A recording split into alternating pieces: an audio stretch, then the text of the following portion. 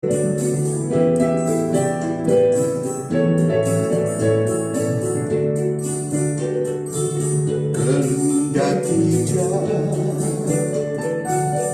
buat selalu langit hujan bila kita dan tiada ampun kalah dan tiada dan peduli lalu matu wis kasihku lau dawatan kaki langit pun tak akan ubah diputuskan pada kasihnya tak terduga betapa kahannya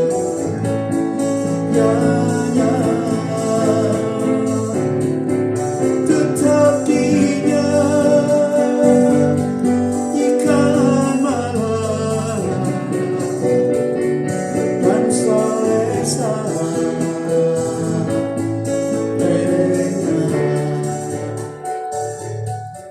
Lukas 24 ayat 27 mengatakan, lalu ia menjelaskan kepada mereka apa yang tertulis tentang dia dalam seluruh kitab suci, mulai dari kitab-kitab Musa dan segala kitab nabi-nabi.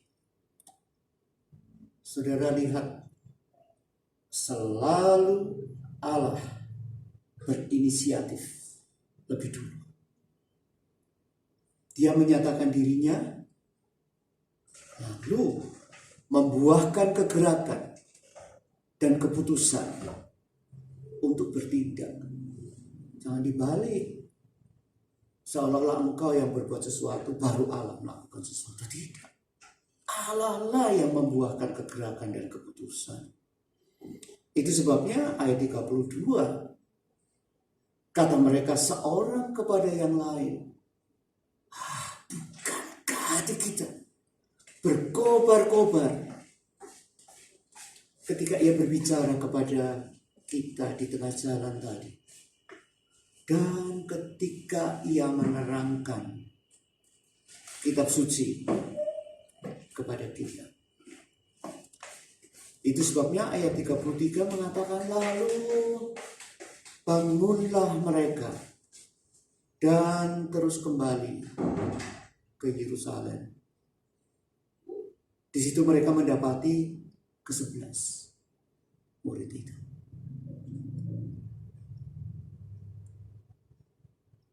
Bukankah saudara, itu sama dengan kisahnya Abraham? Sama sebagai orang yang dibenarkan karena iman. Karena penyataannya dua orang tadi bergerak, digerakkan, dibenarkan. Yang akibatnya ia memiliki hubungan dekat dengan Tuhan. Dan diberkati Allah dalam segala hal.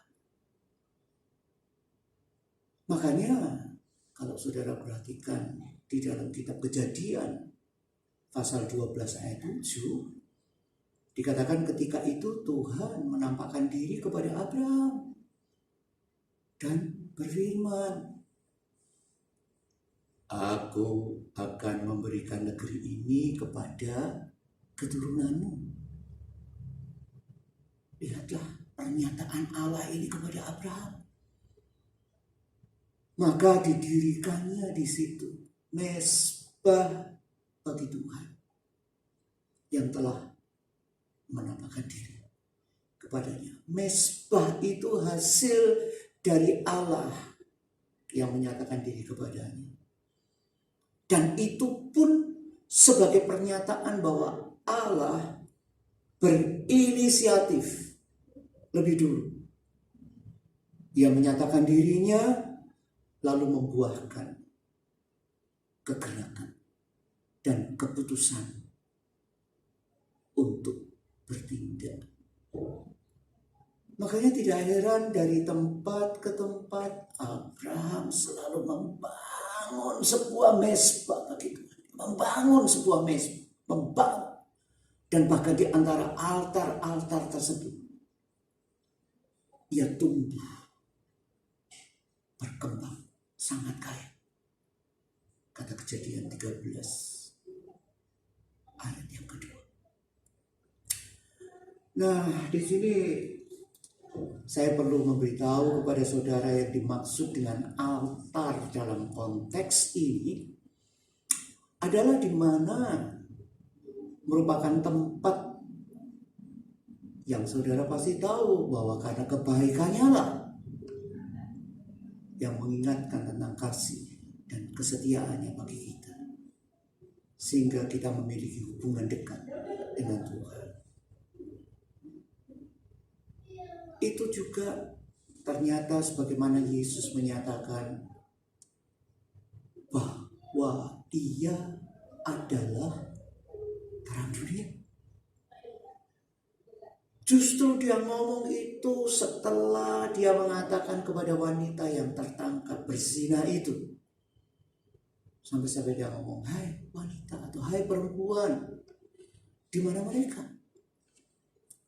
Tidak adakah seorang yang menghukummu? Tidak adakah seorang yang menghukum engkau? Mestinya dia dilajang. Tapi jawabnya, tidak ada Tuhan. Lalu kata Yesus, Aku pun tidak menghukum engkau.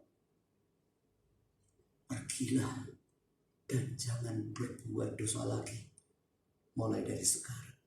Kata Yohanes 8 ayat 10-11. Tahu saudara? Di dalam Yohanes 8:12, Yesus berbicara kepada mereka lagi dengan mengatakan, Akulah terang dunia. Saudara pikir wanita yang berzina yang ketangkap tadi setelah Yesus mengampuni, apakah dia langsung berbuat dosa? Sulit untuk berbuat dosa orang yang memahami kasih Tuhan. Sulit. Di sini betapa indahnya untuk mengetahui bahwa ketika Yesus berkata, Aku terang dunia, dan dia tidak mengekspos dosa perempuan itu. Kenapa? Karena dia baru saja mengatakan bahwa dia tidak menghukumnya. Tapi sebaliknya, hukum atau Taurat selalu mengekspos semua celah, noda kegagalan dan kesalahanmu. Kamu masih kurang, kamu masih salah, kamu kurang sungguh-sungguh. Makanya dalam hal ini tidak heran orang-orang pada waktu itu bertanya, siapa Yesus ini? Siapa Yesus ini? Yang lain daripada yang lain. Tidak seperti pengkhotbah-pengkhotbah yang lain. Tahukah saudara? Dialah satu-satunya manusia yang lahir ke dunia dengan darah yang suci. Artinya tanpa terkontaminasi dengan keturunan darah Adam. Karena memang dia tidak berasal dari darah Adam.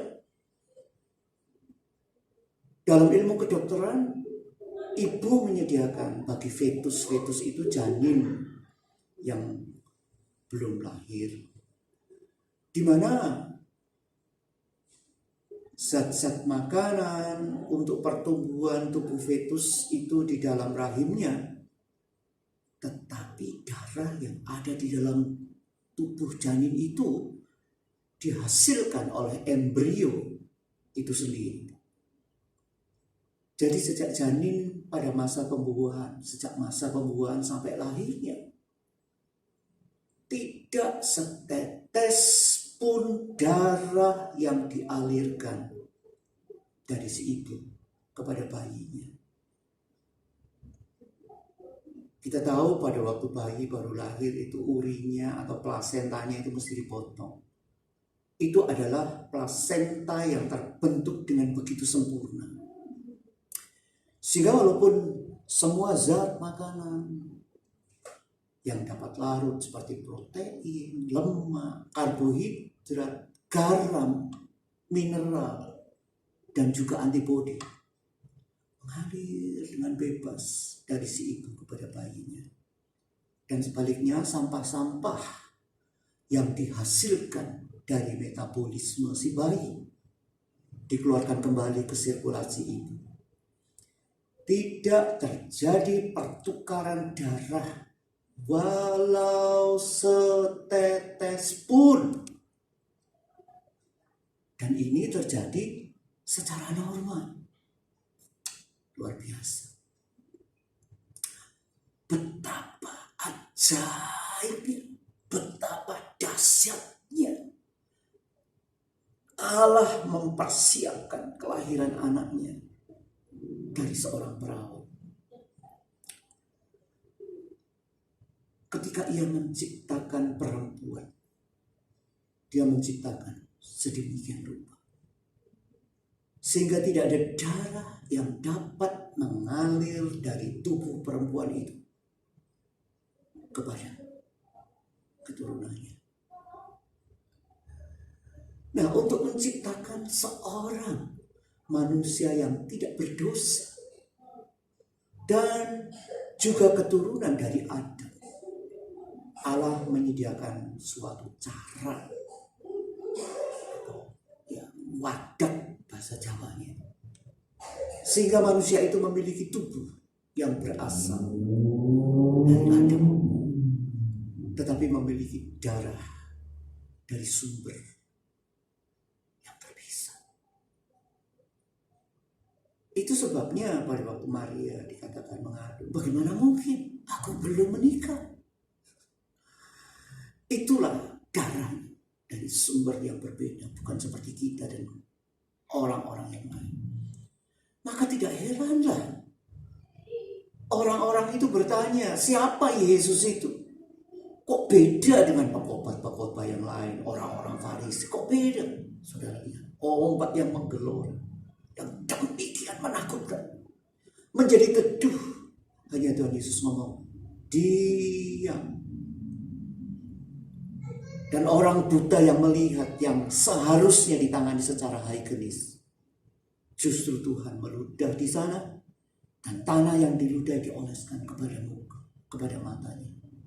Dan seketika melihat si lumpuh yang gak pernah berjalan, Tuhan Yesus ngomong, bangkit, sekaligus angkat tilammu. Tidak masuk akal, baru saja bisa berjalan.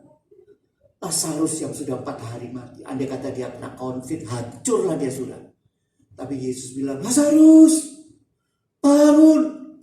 Dan dia bangkit. Tapi untuk menghapus dosamu yang lalu, yang sekarang, dan yang akan datang, dia harus naik ke salib dengan cara yang sangat biadab dan tidak masuk akal. Itu sebabnya kepala perwira itu bilang, sungguh orang ini anak Allah. Dan itu sebabnya pula setiap orang penulis lalu mau tulis kasihu, laut dapat akan kering. Langit pun tidak akan muat dari timur terus ke barat. Saudara, itu sebabnya setiap minggu, setiap pertemuan, kita hanya akan mengekspos, mengeksplor, mengudal-udal, kata orang Jawa, Yesus. Tidak ada yang lain. Haleluya.